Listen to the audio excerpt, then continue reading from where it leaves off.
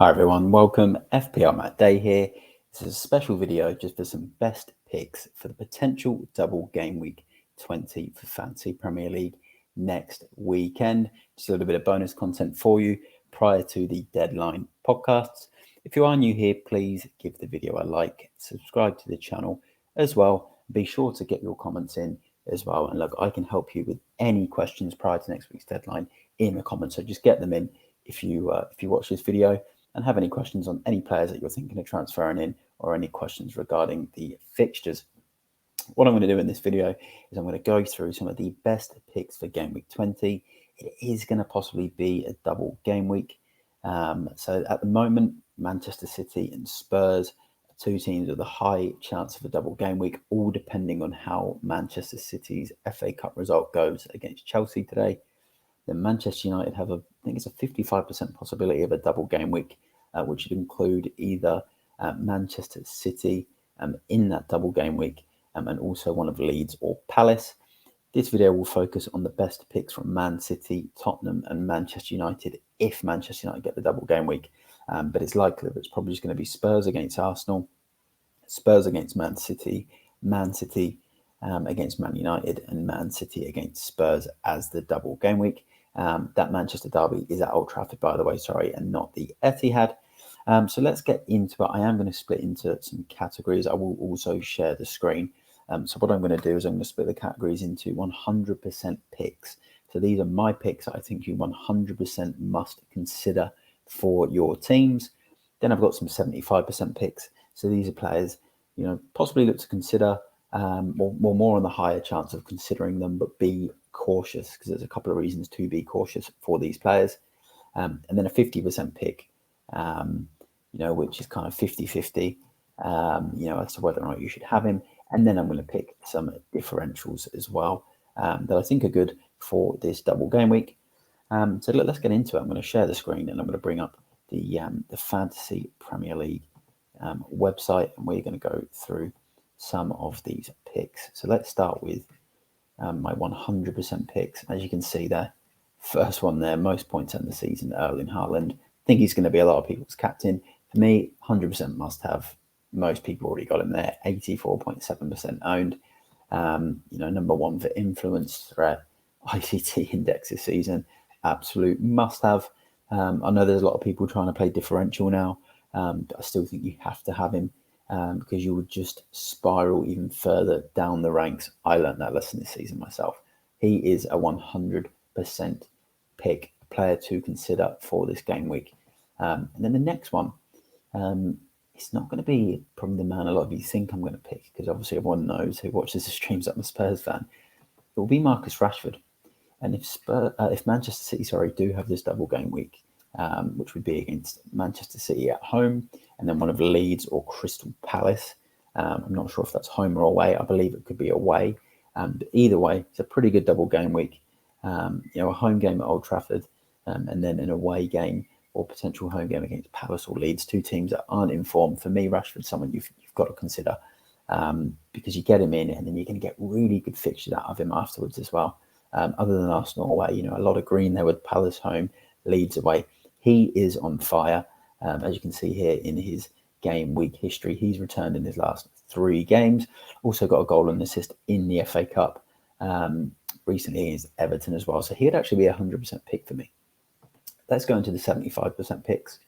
I'm going to go into we're going to defenders, and the 75% pick for me is going to be that man Luke Shaw. And the reason he's only a 75% pick and not a 100% pick is just because he has Man City potentially in the first game. Leeds or Palace is a good game, but look, if you're just buying him purely from a double game week perspective, for me, it's kind of only feels like one game. I can see City scoring a couple of goals in this game. I just feel like they're going to turn it on. So yeah, he's sort of 75%, borderline 100% for me. I guess you can't have them all as well because not everyone's got him. People have got to look at bringing in the likes of Rashford, and the likes of some of the other players I'm going to mention too. So it's probably more 75% just because of that City game. And then another 75% pick is going to be a Manchester City midfielder. So let's bring him up here. You can see here his total points. still up there as the 5th highest scoring midfielder of the season. It's Kevin De Bruyne. Yeah, okay, he's one in the ICT index, one for creativity, one for influence. He's a 75% pick because for me, I just think for his price range, he has got these 2 fixtures, but he's making a lot of the third pass. He's been really disappointed in the last few weeks. I just don't think he is a must-have. The benefit is if you get him in now, you've then got a double game week out of him in game week 23. But I think if you can't fit him in, I would not use 2 or 3 transfers just to get him in. I wouldn't take hits. I wouldn't be desperate to bring him in if you do not have the opportunity to do that, in 1 move or even 2 moves. You can always wait until game week 23. So he isn't someone that I would strongly consider as 100%, but definitely a 75% pick. Then my next 75% pick is going to be my man Harry Kane. Number 1 for creativity, obviously 2 for threat, 2 for ICT, and 2 for influence. He would have been a 100% pick for me with these 2 fixtures initially. Arsenal and Man City in the potential double. Teams that last season he scored 2 goals against Arsenal at home, 2 goals against Man City away. Big scores, a big game player. But the reason he doesn't come in at 100% is because he is on 4 yellow cards. So if he does get a yellow card in the derby, which it is a possibility, is a full-blooded North London derby, he then misses the second game. On the flip side, you get him in now. You'll get good fixtures out of him after Fulham, and then look at all this green as well that he's got there too, as you can see. So, but he stays as a 75% pick for me, just because of that yellow card looming over his head. And then let's go to a 50% pick. So this is someone who I'd say is a bit more 50-50. I don't think you necessarily need him in your team, but he's also someone to consider. So I would say if you still own Anthony Martial at 6.7 million, okay, his run hasn't been great. He did get the goal against Forest. But if you do have him, don't sell him. You just keep him. You're going to get 2 games out of him. Might grab a goal on one of those. But if you don't have him, I wouldn't be desperate to sign him in your teams. So for me, it's a 50-50 pick. If you got him, you just keep him.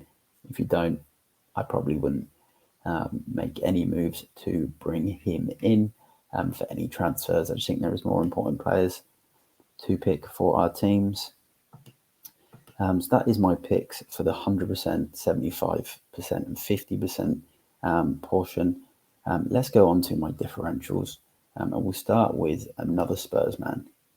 And it's going to be, let's just pull him here. This man here, he's got the yellow flag over him, but I believe he's going to be fit for the double game week. Okay, he might not get the 2 game weeks, but Kulusevski, very low owned, 4.8%. So he's someone to consider as a differential if you want to go differential.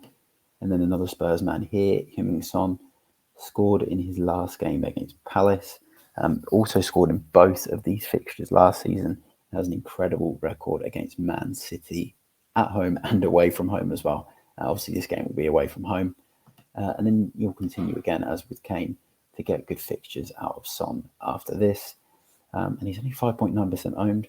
And we all know from last season, when Son hits form, he gets doubles. He can get doubles with assists and some really big fantasy football points. And then my next differential, let's go to Man City. And it's the man that's actually hit in his last 3 games.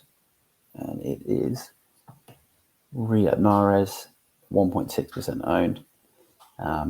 He's been on absolute fire for City. I think he's a good alternative to someone like Kevin De Bruyne if you can't get to De Bruyne. Even if he comes off the bench in one of them, I think he starts at least one of the 2 games. And even if he comes off the bench, he still finds a way to get points. So he's a big differential from Man City. And then my last differential, I'm going to go to Manchester United. And it will be that man, Bruno Fernandes. Might have lost pens. Rashford did take the pen in the FA Cup. But he's only 3.3% owned. Gives you a different option in midfield. I know there's a lot of people on wildcards that are looking for differential picks going into this double game week. So Bruno Fernandes gives you that option at 3.3% ownership.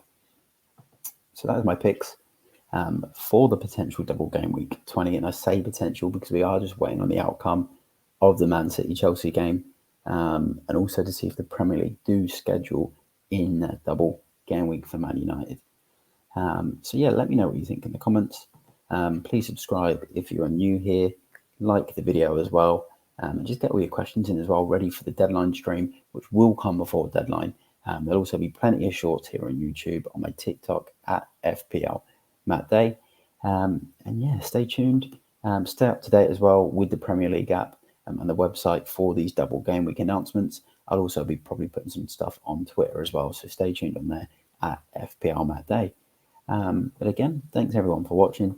Thanks for your support, and I will see you all in the next one.